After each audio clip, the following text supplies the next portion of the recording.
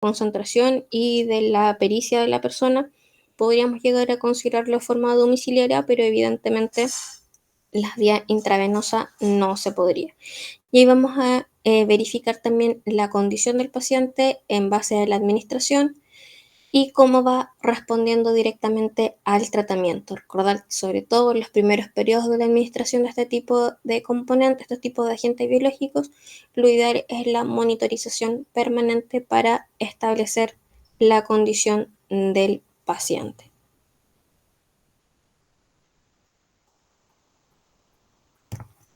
¿Dudas? ¿Consultas? ¿Todavía nada? No, profe. Ya, continuamos. Tenemos el tofacitinib, que sería en este caso una enzima, la JAK, llanosquinasa, que va a regular en este caso las interleuquinas y el factor de necrosis tumoral, al igual que todas las citoquinas proinflamatorias. Entonces, al de alguna u otra manera inhibir esta enzima, vamos a inhibir la producción de todo este tipo de factores que son los que nos llevan directamente a el mayor aumento de la inflamación, independiente del tipo de patología, ya sea cualquier enfermedad reumática, vamos a disminuir la inflamación con este tipo de agente.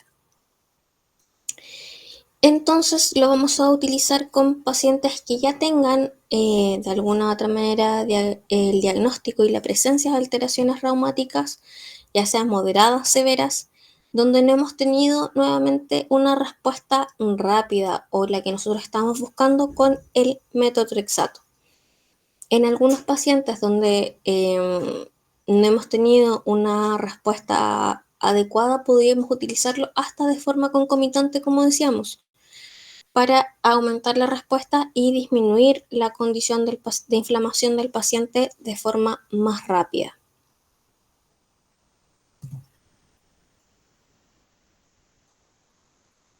En este caso, al igual que como habíamos visto en cuanto a los efectos adversos que tenemos, asociados serían infecciones respiratorias en este caso, nasofaringitis y algunos que ya podrían ser un poco más frecuentes como la diarrea y la cefalea. Dado que el medicamento no tiene una amplia experiencia terapéutica, una amplia experiencia clínica, no tenemos efectos a largo plazo tan conocidos, pero sí se establece que puede estar relacionado con su mecanismo inmunomodulador. Por lo tanto, es lo que tenemos que tener en cuenta en base a la administración. Una vez que se genera una remisión importante de la patología, la mayoría de los casos, por seguridad, se establece disminuir este tipo de medicamentos y mantener, en caso de ser necesario, el metotrexato y los otros agentes para disminuir la inflamación. Aquí sí tenemos medicamentos por vía oral, donde tenemos 10 miligramos al día, que habitualmente es la dosis máxima de este medicamento. Aquí, como dimos, el metotrexato es quien la lleva en cuanto a el tratamiento de los medicamentos para disminuir la progresión de la enfermedad. Habitualmente vamos a asociar metotrexato con todo. Podemos considerar la monoterapia, evidentemente, pero en caso de que no sea suficiente o quisiéramos considerar otro mecanismo de acción, podemos sumarle prácticamente cualquier otro tipo de medicamento. Y cuando ya de alguna u otra manera no se tolera o por la condición de base del paciente, ya sea por su condición hepática o demás, no podemos utilizar metotrexato, podríamos considerar otra de las opciones únicamente. La mayoría de estas condiciones vamos a intentar, sobre todo en condiciones que ya son un poco más severas, ahogar la mayor cantidad de posibilidades en cuanto a mecanismos de acción para disminuir la progresión de la enfermedad de la forma más rápida posible. Pero también, dada que la mayoría de este tipo de medicamentos genera bastantes efectos adversos y que la condición de los pacientes, sobre todo en los estadios de la enfermedad más severos puede ser más complejo, también tenemos que tener bastantes cartas sobre la mesa para tomar una decisión en cuanto al tratamiento específico. Por lo tanto, ahí es donde tenemos que establecer todos los tratamientos complementarios que podamos establecer, todas las condiciones que tiene el paciente y generar el esquema más adecuado posible para cada uno.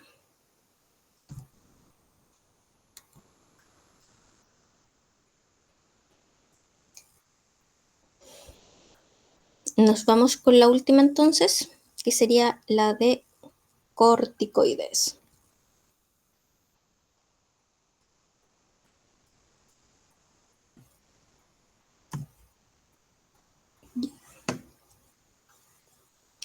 Está bastante de moda de alguna u otra manera establecer el aumento del cortisol en base a el estrés y las condiciones que tenemos. Y de alguna u otra manera el cortisol, si bien no es un agente que nos produzca ningún tipo de daño en primera instancia, ¿cuál es el problema? Es cuando se acumula, cuando nosotros no podemos manejar esta condición de estrés de forma y se transforma en un estrés permanente. Teóricamente el estrés debería haber sido por una condición de huida, una condición esporádica y que el cortisol nos ayuda a generar un aumento o una gluconeogénesis importante, una estabilización, una movilización proteica para sobrellevar esta condición que debería ser a corto plazo.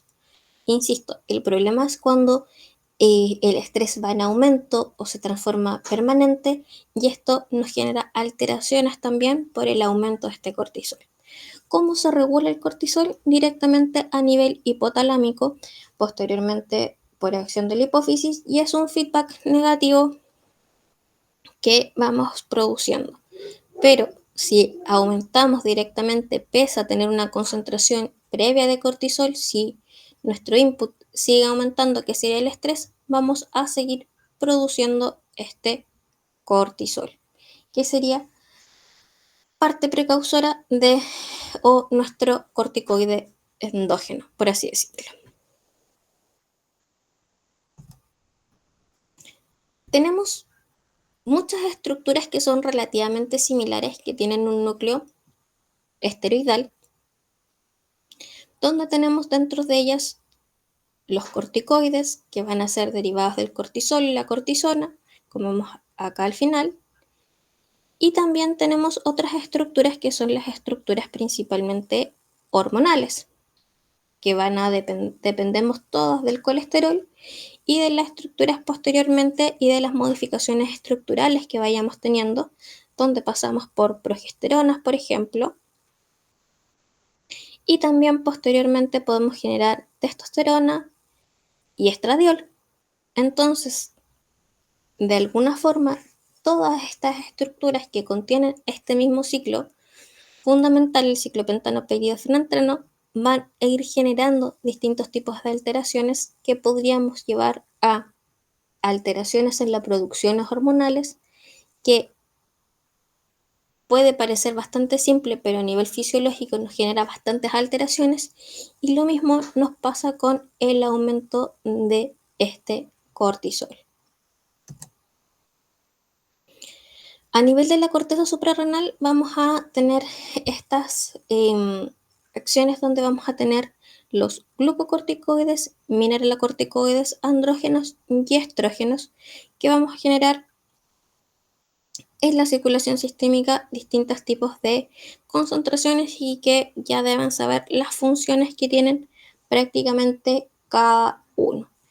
Este es el ciclo que tienen prácticamente todas las estructuras, y como es un ciclo bastante grande, que es un núcleo fundamental, tenemos estructuras que van a ser principalmente liposolubles. Los glucocorticoides en sí, que nosotros administramos de forma exógena, se van a comportar como antiinflamatorios, pero van a ser antiinflamatorios de alta potencia. ¿Se acuerdan que nosotros teníamos con los analgésicos no esteroidales que inhibían la ciclooxigenasa? Acá, como habíamos visto dentro de la misma clase, pero inhibimos el cuadro desde un punto mucho más alto, previo a la producción directamente de estas ciclooxigenasas, lo que los hace también bastante más inespecíficos y nos van a ser útiles en productos donde tenemos inflamación, puede ser inflamación sistémica, local, pero vamos a utilizarlo en cualquier tipo de proceso inflamatorio. Por lo tanto, también nos van a servir en procesos o cuadros alérgicos, porque los cuadros alérgicos con la liberación de histamina también vamos a tener procesos inflamatorios en la mayoría de los casos. Nos van a servir también en trastornos inmunes, en alteraciones deficitarias en caso de que sea necesario y también en neoplasias, que en la mayoría de los casos figuran también con algún tipo de alivio.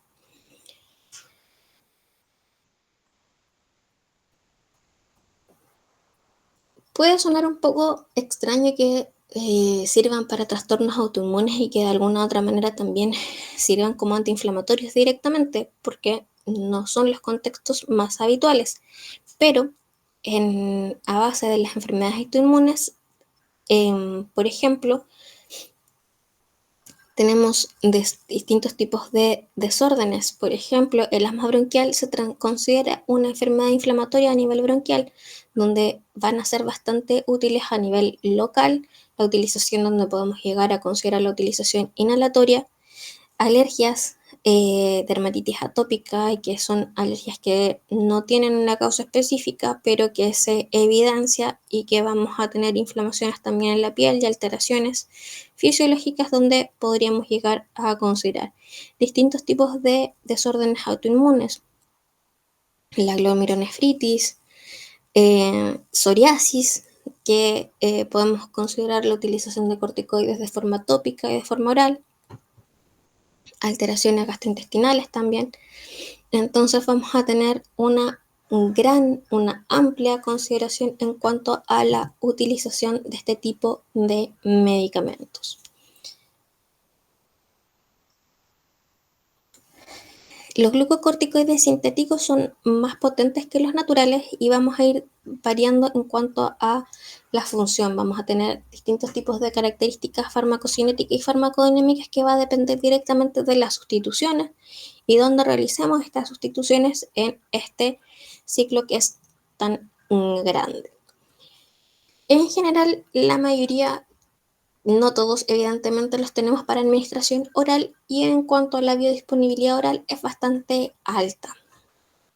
Tiene una alta unión a proteínas, el metabolismo es principalmente hepático, tenemos una eliminación renal principalmente y la vida media va a depender también de la estructura. Como es una estructura lipofílica, si aumentamos algún grupo funcional dentro de las estructuras, dentro de las sustituciones, puede ser que también la vida media varíe en cuanto a este tipo de productos.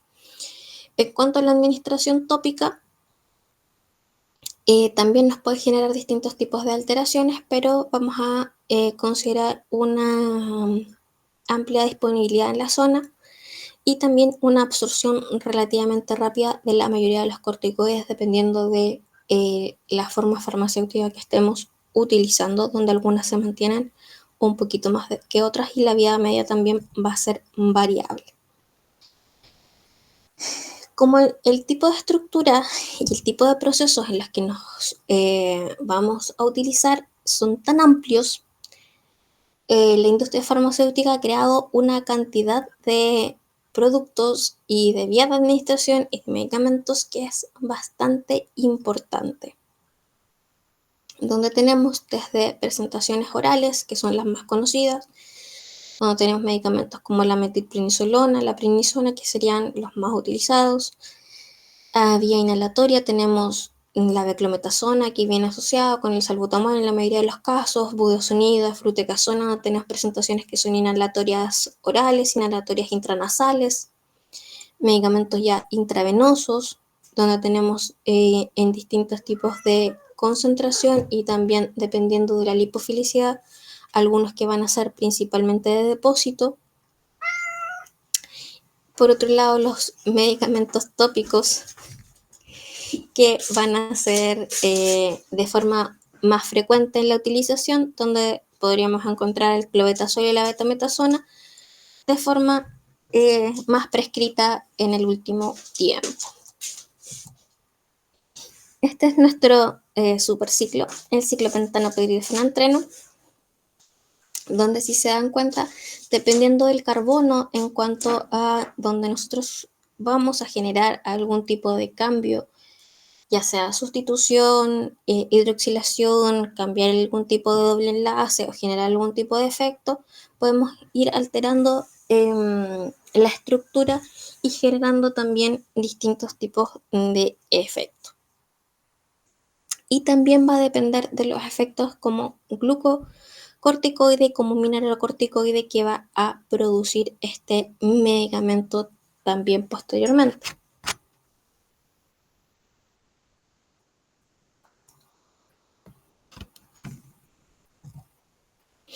Por ejemplo, si se dan cuenta, la sustitución NSAIDs alfa habitualmente va, si bien va a aumentar el efecto antiinflamatorio, va a aumentar la retención de sodio.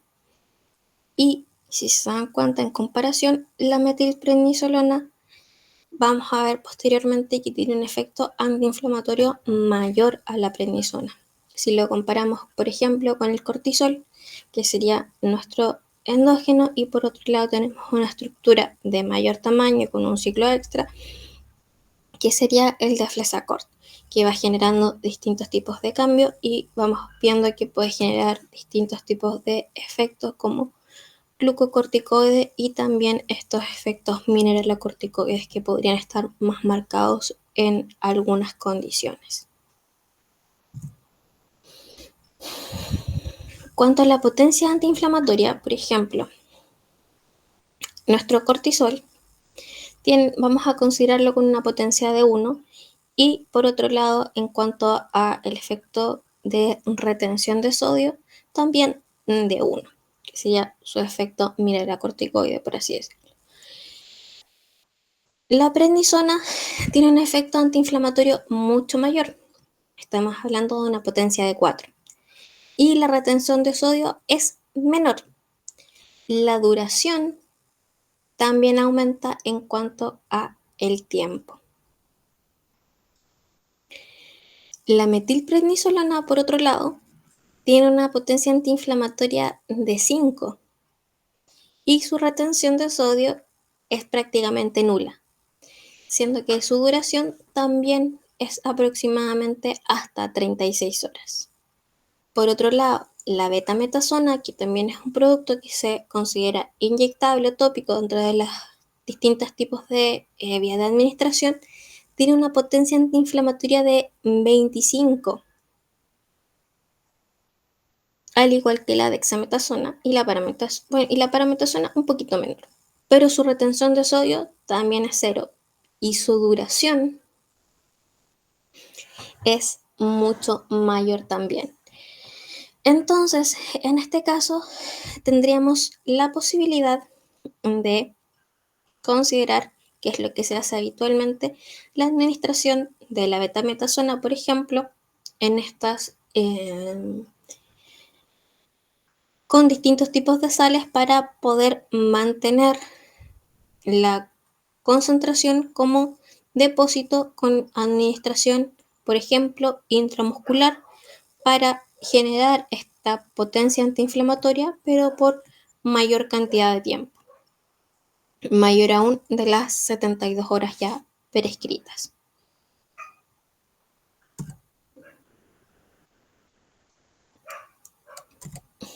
Y también en caso de que tengamos, por ejemplo, algún tipo de condición, ya sea un poco más compleja, ya sea por una alergia, por un cuadro o por algún tipo de cuadro inflamatorio, como antiinflamatorio también nos sirve bastante para una inyección intravenosa directamente y posteriormente podríamos pasar a un tratamiento con prednisona por vía oral en caso de ser necesario o que consideramos necesario utilizarlo también.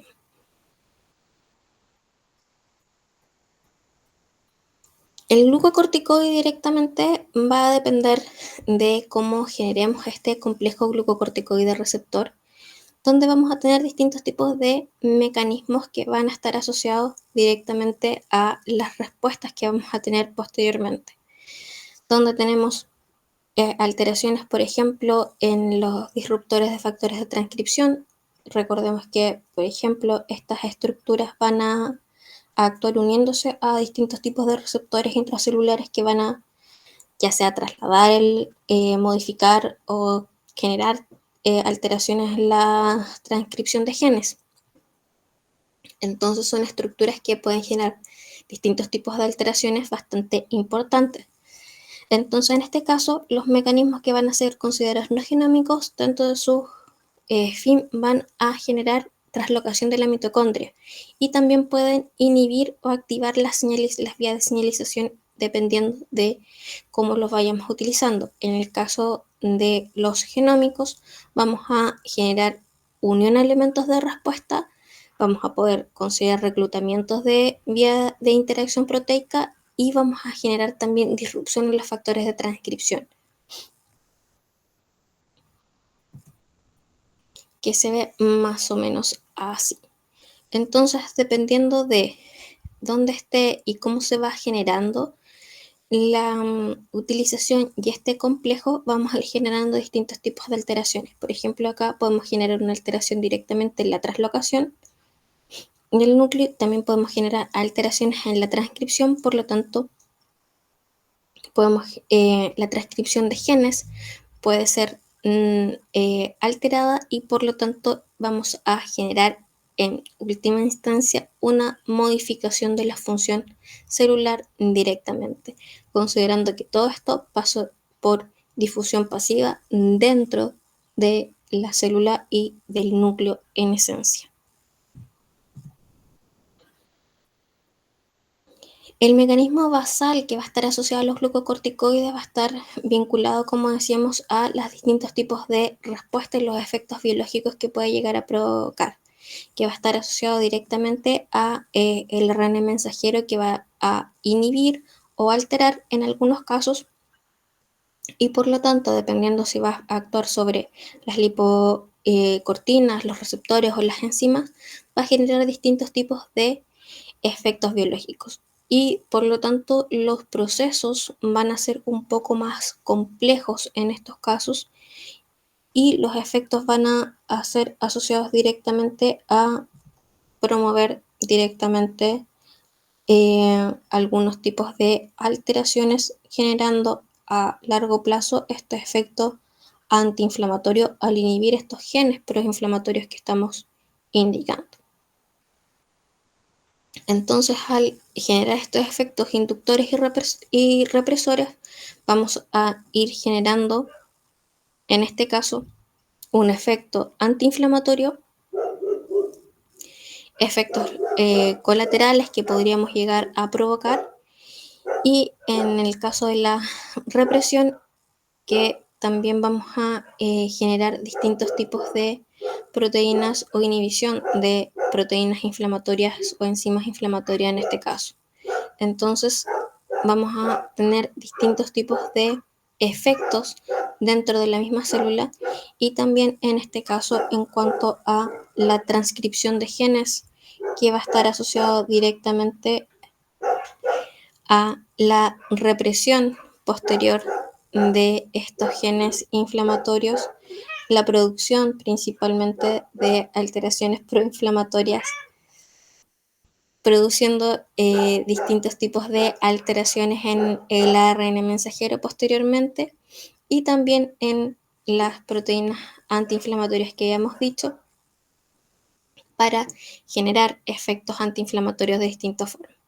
Como consideramos dentro de las alteraciones previas, generamos una inhibición de la fosfolipasa, generamos un aumento de las proteínas antiinflamatorias también, entonces vamos a con la utilización de estos corticoides tenemos distintos mecanismos de acción asociados a estos efectos antiinflamatorios.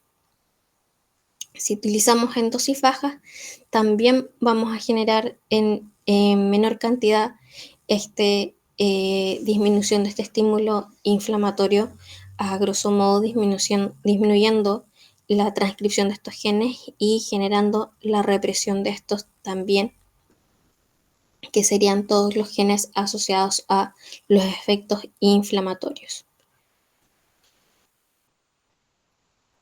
El efecto antiinflamatorio de los corticoides va a estar mediado por distintos tipos de aspectos. Como vimos, tenemos distintos factores que van a estar vinculados, que podemos generar algunos que van a ser más rápidos o más lentos asociados a la cantidad de fármaco administrado y también al tiempo de administración del medicamento, donde tenemos desde la acumulación de los macrófagos y neutrófilos que podemos considerar en primera instancia, factor activador del plasminógeno, que también vamos a considerar rápidamente, la síntesis de intermediarios proinflamatorios, inhibiendo la síntesis de esto, de hecho, quizás pueda ser un poco más a largo plazo, la inhibición de la liberación del ácido araquidónico. ¿Se acuerdan que al inhibir la fosfolipasa 2 disminuimos la producción del ácido araquidónico directamente?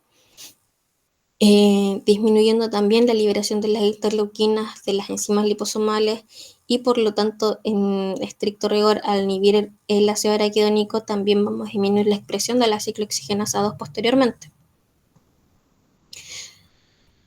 A su vez, aparte de todos estos mecanismos de acción para disminuir el efecto antiinflamatorio, también vamos a generar este efecto antialérgico, que es por lo que los corticoides también son conocidos, porque vamos a inhibir la respuesta en la respuesta de la inmunoglobulina E por los mastocitos. Entonces vamos a disminuir rápidamente o de forma mucho más eficiente en comparación a los antihistamínicos. Y también vamos a inhibir la degranulación de las células mastocíticas, donde vamos a disminuir, por lo tanto, el efecto principal que sería asociado a la alergia en primera instancia, que sería esta inflamación y esta condición, ya sea de rinorrea o los síntomas asociados a esta, dependiendo de a dónde esté asociada esta alergia.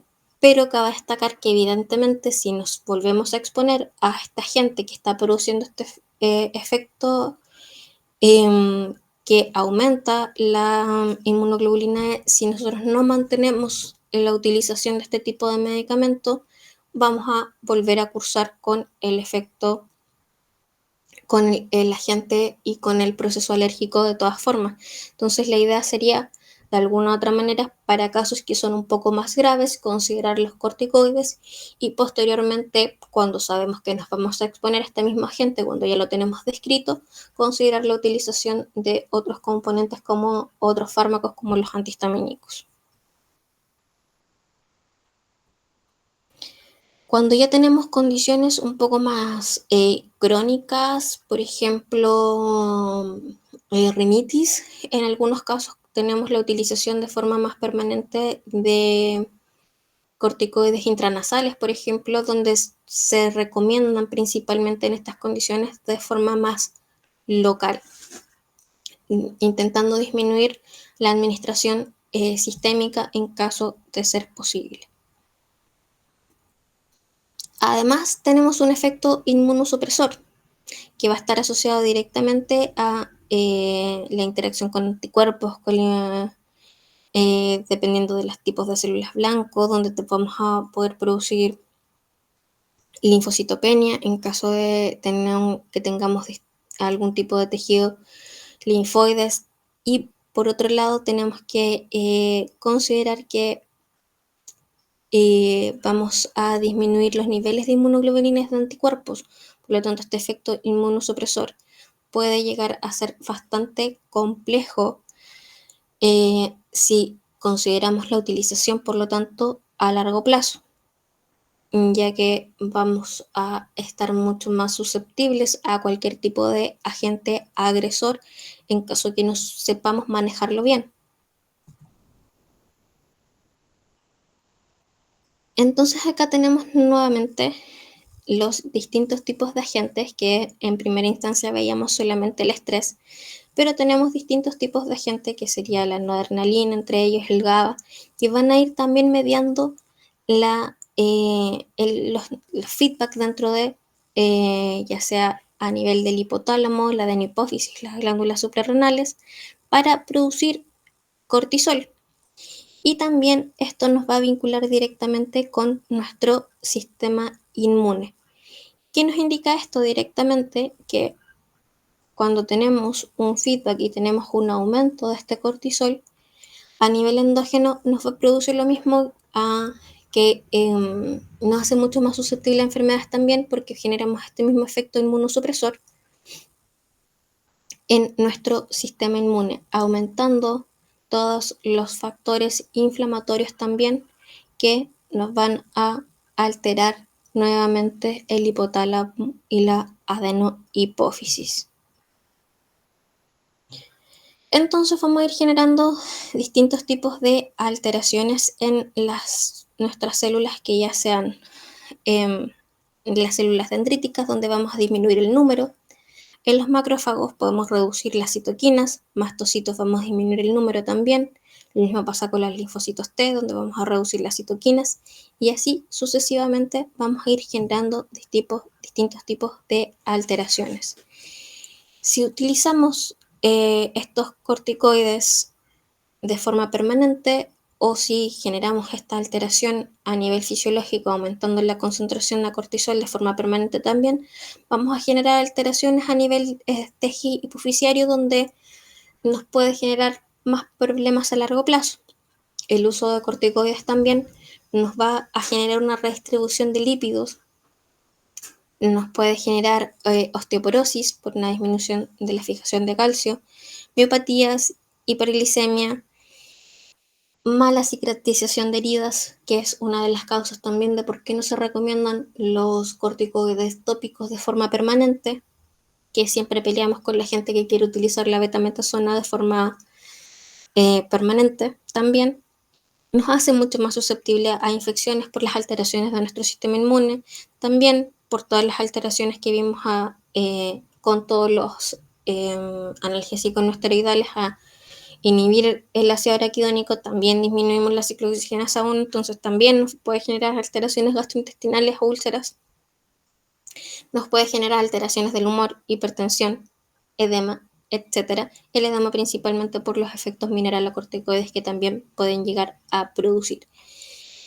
En base a todo esto, es una de las causas de por qué este tipo de medicamentos en cuanto a la prescripción es con receta médica, con la indicación. No se recomiendan tratamientos a largo plazo de forma sistémica, a menos que sea estrictamente necesario, sopesando evidentemente siempre el riesgo-beneficio de la administración. Los efectos adversos metabólicos, como decíamos, generaría la hiperglicemia, donde tendríamos que tener bastante precaución, principalmente en pacientes que tengan ya sea diabetes propiamente tal o algún tipo de alteración. También donde ya tengamos alguna tolerancia a la insulina, en este caso si es a la glucosa, también va a generar algún tipo de alteración.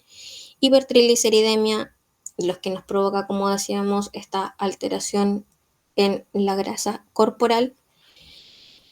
Y en algunos casos también el aumento de la resorción ósea, que estaba vinculado principalmente con la osteoporosis que habíamos dicho. En cuanto a la glucosa, principalmente ya sea en el tejido musculoesquelético o en otros tejidos periféricos, vamos a generar esta disminución de la acción de la insulina y vamos a liberar mayor cantidad de glucosa, generando esta hiperglicemia, disminuyendo también este paso de el metabolismo de las proteínas, principalmente liberando también esta glucosa a la circulación sanguínea, disminuyendo el glucógeno hepático en algunos casos. Como vemos, la cantidad de efectos adversos que tenemos son bastante importantes y están prácticamente en todos los sistemas, pasando por el sistema hematológico, cardiovascular, donde gastrointestinal, renal, endocrino principalmente y sistema nervioso central. Entonces, cuando quieran utilizar de forma más permanente algún tipo de corticoide sin una real indicación o porque realmente solo tuvieron una alergia, habría que pensarlo directamente más de una vez. Ahora, ¿cuáles son los efectos que podrían llegar a considerar más permanentes? Dependiendo del tipo de corticoides, si tenemos mayores efectos mineralocorticoides, vamos a tener más efectos sobre el sistema renal, generando esta hipocalemia, esta retención de sodio mucho más marcada y esta retención de líquidos también. Por otro lado, a nivel gastrointestinal, podemos considerar estas lesiones gástricas de forma un poco más marcada, sobre todo si vamos a considerar eh, la utilización concomitante con otros medicamentos, como por ejemplo analgésicos no esteroidales, que también se utilizan en algunos casos. Por lo tanto, prácticamente para cualquier tipo de patología que vayamos a considerar de forma permanente la utilización de estos medicamentos, tenemos que verificar también la condición basal del paciente y los medicamentos que esté tomando y monitorizar cualquier tipo de alteración que podríamos llegar a producir.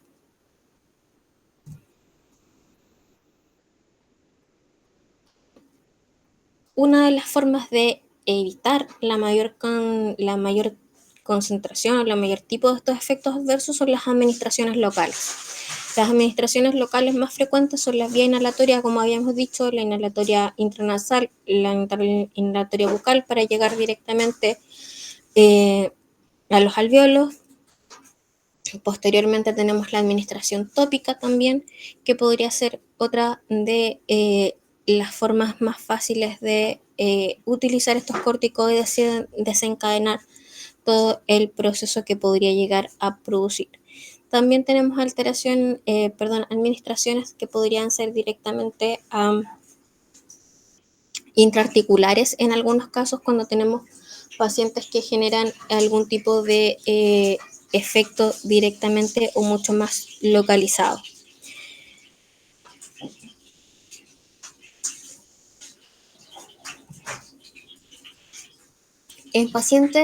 Tenemos pacientes que podríamos llegar a decir que no toleran de muy buena forma estos tipos de medicamentos y donde tenemos pacientes que generan el síndrome de Cushing, que es como un cara de luna, también llamado, donde tenemos dislipidemia, hipertensión arterial, hiperglicemia, hipocalcemia, alteraciones cutáneas, alteraciones inmunes, todo principalmente por la utilización de estos corticoides.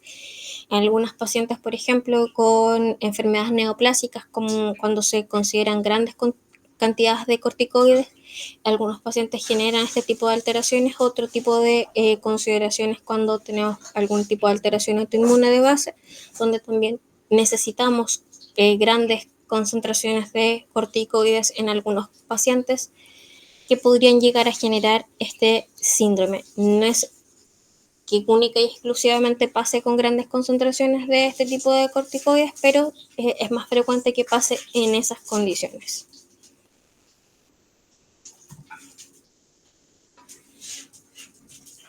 Lo otro importante que tienen que recordar es que también se produce lo que se llama un síndrome de supresión. Es decir, la misma concentración que nosotros utilizamos, lo ideal es ir reduciéndola de forma paulatina. Es decir, si nosotros vamos a utilizar un medicamento, un corticoide, de forma relativamente permanente por una duración extensa, la eliminación no puede ser abrupta. Si la eliminación es abrupta, nos va a producir mayor estrés y mayores alteraciones. Por lo tanto, si nosotros vamos a utilizar corticoides por largo tiempo, nos puede producir un cuadro de abstinencia si generamos una alteración demasiado rápida. Entonces, si tenemos un tratamiento de más de 10 días, la reducción tiene que ser paulatina, donde vamos a ir disminuyendo el 50% de la dosis. Por ejemplo, si estamos con prednisona de 20, la bajamos a la mitad prednisona de 50, prednisona de 10, bajamos al 50% y posteriormente podríamos llegar a considerar utilizar de 5 miligramos antes de eliminar y descontinuar directamente el medicamento para evitar este estrés y este cuadro de abstinencia que podríamos llegar a considerar. Si se dieron cuenta, este tipo de estructura es bastante grande. Por lo tanto, puede generar bastantes interacciones con algunos tipos de medicamentos. ¿Por qué puede generar interacciones? Principalmente, por ejemplo, con los anticonceptivos orales, porque los anticonceptivos orales son hormonas que tienen un ciclo prácticamente igual y tiene distintos tipos de alteraciones. Entonces nos puede disminuir el metabolismo y la unión a las proteínas de corticoides. Con el albendazol también tenemos interacciones que pueden reducir o inactivar el albendazol. La condición de absorción por vía oral, si utilizamos en conjunto con antiácidos, nos puede disminuir la absorción de este tipo de medicamentos. Necesitamos un ambiente relativamente ácido para poder absorberlo. Con los barbitúricos tenemos que tener un poco más de precaución en cuanto a la acción, pero es que nos generan mayores alteraciones. Y con las hormonas tiroideas también, porque nos van a aumentar el catabolismo de los corticoides, por lo tanto vamos a quizás necesitar dosis mayores para generar el efecto que estamos buscando. En cuanto a las farmacodinámicas, tenemos que tener cuidado con algunos tipos de agentes, porque, por ejemplo, si los utilizamos de forma concomitante con AINES, vamos a tener mayor posibilidad de alteraciones gastrointestinales, de lesiones y de hemorragia digestiva. Si lo utilizáramos con antagonistas H1, reducción de la activación de mastocitos, porque nos va a reducir la hipersecrecionasia. Con la ciclosporina va a aumentar la toxicidad de esta ciclosporina. Con los diuréticos, la hipocalemia puede ser más severa a menos que sea un ahorrador de potasio. Pero ahí tenemos que tener distintos tipos de consideraciones en base a los medicamentos que estamos utilizando. Entonces, ¿podemos utilizarlo directamente en cualquier paciente? Evidentemente no. Si nos aumenta la resorcionosis, si tenemos ya un paciente con osteoporosis, definitivamente no va a ser nuestra primera opción de tratamiento. Si tenemos un paciente con úlcera duodenal óptica, tampoco. Con cardiopatías o con hipertensión. Depende de la hipertensión, si es un tratamiento por un corto periodo, podríamos llegar a considerarlo. Con la diabetes vamos a tener que tener bastante precaución y se recomienda una monitorización mucho más exhaustiva para evitar estos picos de glicemia. Con patologías psiquiátricas va a depender del tipo de patología y si esta patología también ya está controlada y si nos genera algún tipo de interacción con el medicamento que vamos a considerar, porque si no, podemos generar también alteraciones mayores. La inmunodepresión sí es un factor bastante importante y ahí depende, por ejemplo, para patologías neoplásicas o similar, se recomiendan entornos de protección para evitar el contagio de algún tipo de agente agresor, porque evidentemente lo podemos utilizar para patologías neoplásicas. La patología neoplásica ya va a generar algún tipo de efecto y el glucocorticoide también nos va a disminuir nuestro sistema inmune. Si bien no es una contraindicación específica, si vamos a vacunar ya sea un paciente pediátrico o adulto con algún tipo de virus atenuado, no se recomienda estar directamente con la administración de algún corticoide ni utilizarlo en el corto periodo para evitar cualquier tipo de proceso o que altere este proceso y aumente la infección en caso de que sea necesario. La infiltración, que era el efecto o una administración local, se puede considerar disminuir los efectos adversos con la administración. En este caso, generamos la inyección directamente dentro de la articulación o en algún elemento no articular, puede ser directamente el líquido sinovial o algún tipo de consideración local evitando la circulación sistémica para generar un alivio mucho más rápido. En algunos pacientes, el aumento de volumen tiende a generar una sensación de dolor, pero a largo plazo debería generar un alivio importante. Intraarticular o en tejidos blandos va a depender directamente del tipo de enfermedad reumática que tengan. Se considera que estos corticoides en algunas presentaciones generan microcristales, entonces también hay que tener consideración en cuanto a la progresión de la enfermedad del paciente y la condición de base para evitar algún tipo de problema a largo plazo, pero nos va a producir en general, en base a la evidencia, alivio y disminución de la inflamación de estos tejidos blandos de forma bastante importante y una mejor calidad de vida en el paciente. Ahora, la necesidad de esta infiltración va a depender directamente de las consideraciones que tenga y de cómo se administre esta. Dentro de las consideraciones tenemos que vincular la baja incidencia de efectos adversos y de complicaciones que tenemos, que el procedimiento es relativamente simple, sobre todo cuando son articulaciones más grandes, cuando son articulaciones como, no sé, falanges o demás, ya sí puede generar mayor tipo de alteración.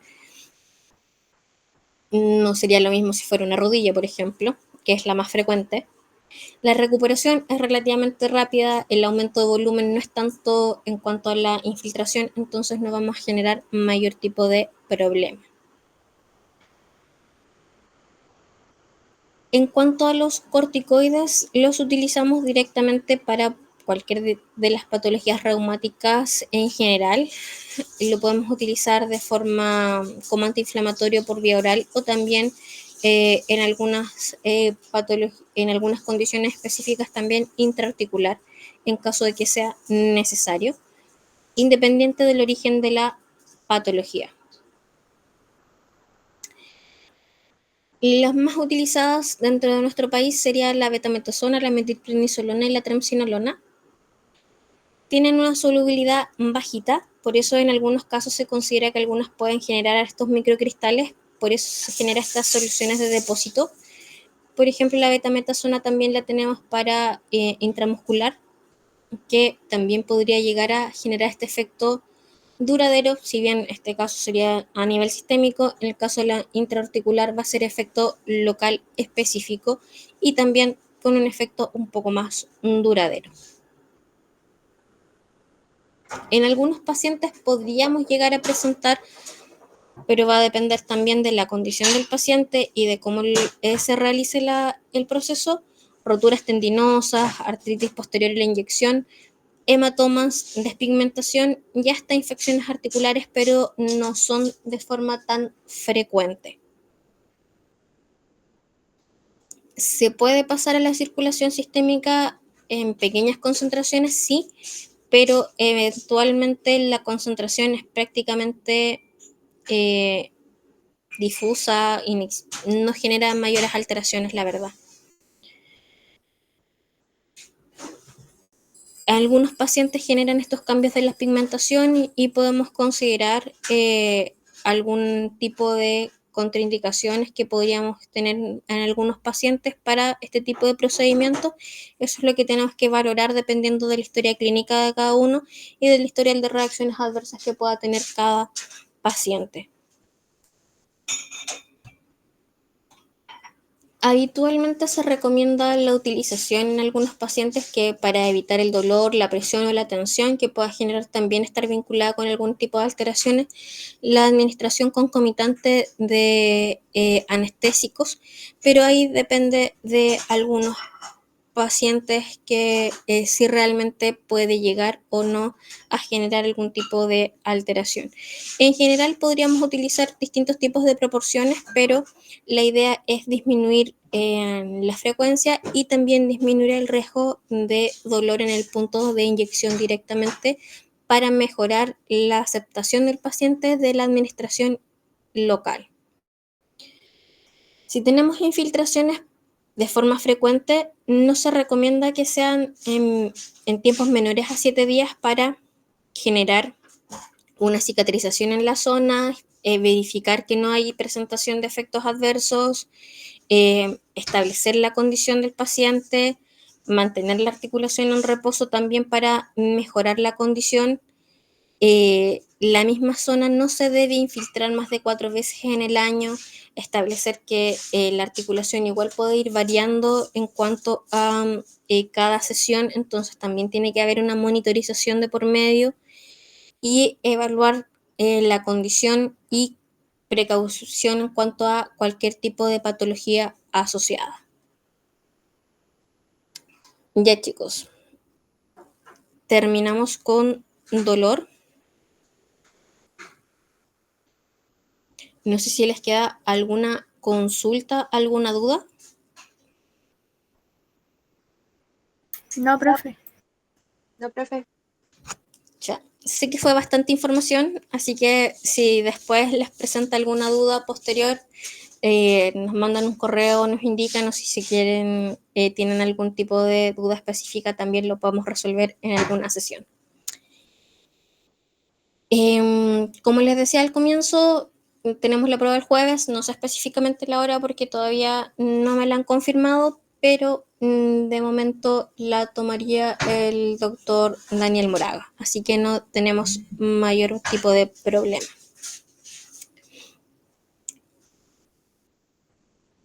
Así que cualquier tipo de información nueva que tenga se les hago llegar lo más rápido posible, ya sea a través de su delegado o directamente en el muro del curso. Ya chicos, si no hay dudas, lo dejamos hasta aquí.